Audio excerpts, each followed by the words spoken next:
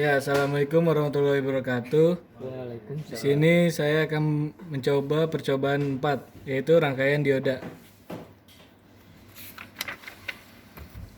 Di sini rangkaian dioda memiliki tujuan untuk memahami karakteristik dioda dan daerah kerjanya, mengetahui fungsi dasar dan mengenal beberapa aplikasi sederhana dari dioda, mempelajari pengaruh beberapa filter dalam rangkaian penyiar, dan membedakan model dioda Zener. Teori: dioda adalah komponen elektronik yang mempunyai dua buah elektroda, yaitu anoda dan katoda. Anoda untuk polaritas positif dan katoda untuk polaritas negatif.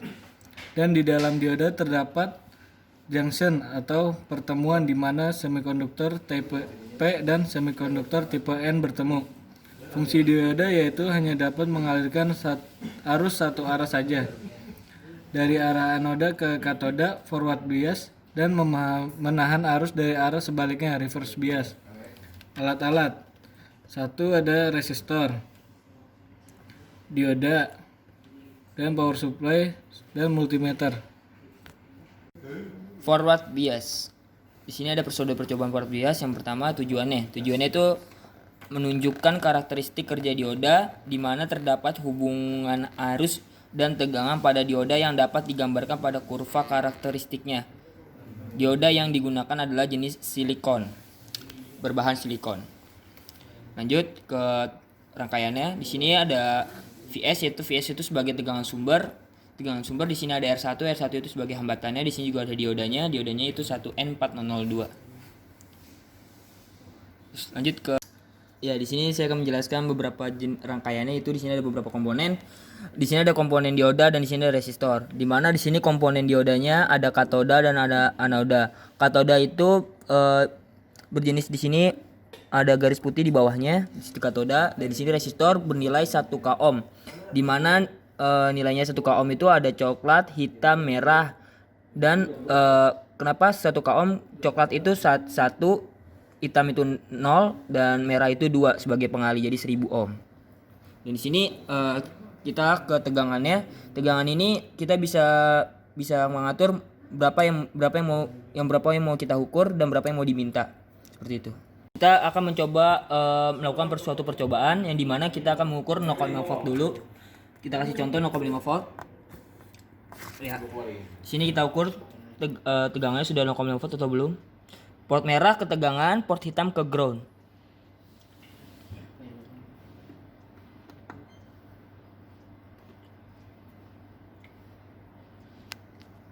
Ya, situ udah tunjukkan 0,5. Sini percobaan pertama itu ke tegangan resistor,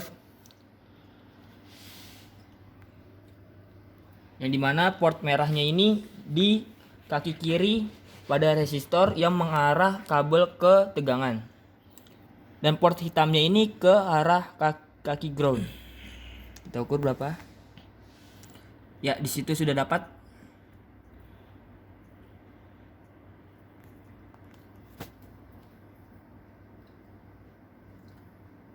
Sudah dapat tegangannya.